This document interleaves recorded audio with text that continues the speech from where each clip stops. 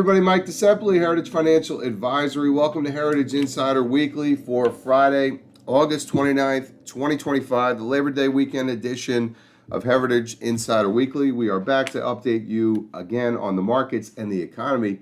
Really quiet week this week, to be honest with you. We don't have a ton to share. Markets continue to do what they need to do to validate the uptrend that's in place, to suggest that markets are going to continue to go higher. We've moved now past this over-reliance of hanging on every word from the Fed, as last Friday Jay Powell gave us finally a nod to these rate cuts that should be coming here in September. It was a pretty light week for data this week. We did have a core inflation today, the PCE inflation reading, which stands for the Personal Consumption Expenditure Index, just another fancy way to say an inflation readout. We saw core inflation at 2.9%, slight uptick in July. Much of that attributable to energy prices and energy consumption, which seasonally we tend to see every year. But we also saw consumer spending was up for the month as well by 0.5%, which continues to suggest that consumers are still doing just fine. So as far as the upcoming catalysts that we have, all eyes will be on the Fed meeting, which is in a couple weeks. We will have a jobs report a week from today, which will be important because if you remember, go back a month ago, that last jobs report was not very strong. There was a lot of downward revisions for the previous months, and that really spooked a lot of people about the labor market. So we'll keep an eye on that next Friday, and then, of course, we will roll into the much-anticipated Fed meeting, which I'm really tired of saying the much anticipated. I don't think any of us really look that much forward to them, but they should start easing monetary policy, bringing interest rates down again. So let's take a look at the market. Overall, we came into August noting that seasonality generally for August is not great, and the markets did very well in the face of weak seasonality, which I think is something to take note of in and of itself, right? When things second-term presidents in the year of the presidential cycle, which even though Trump did not have his consecutive terms, he is a second-term president, they've never had a positive August, all second-term presidents, never.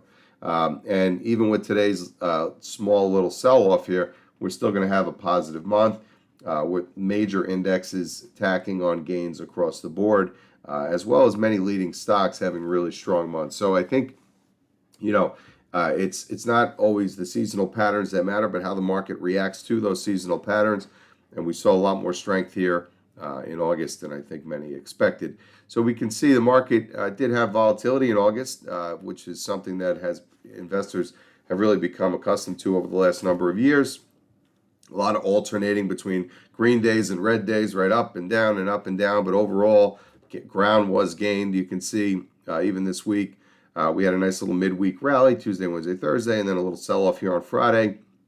I don't make anything of today's action. You have a lot of leading stocks that are down. This is the end of a month. It tends to be a month-end reallocation, rebalance in the markets that takes place.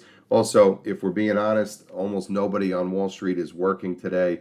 Very light, trading volume, shares changing hands is very light. And so we don't make much of what you see here. We think trends will pick back up next week. Looking at next week, actually, let's take a look at the U.S. Major economic reports and Fed speakers. We have a market holiday on Monday, so it is a shortened trading week next week. Labor Day on Monday, and then we will have some manufacturing and construction data on Tuesday. We will have some Fed speakers next week, as we always do. St. Louis Fed, Minneapolis Fed. We'll get our jobless claims on Thursday, and then the big one will be the unemployment rate on Friday. You can see the bar is set very low. They're only looking for 73,000 jobs added. We've been running at about 150, 180,000 or so up until that last, that clunker last month.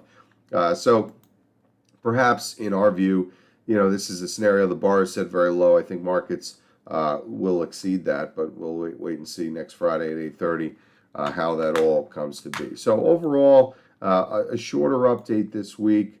Not lack of things to say, just really lack of any recent changes or developments. Markets are coiling very comfortably here, right at the all-time high.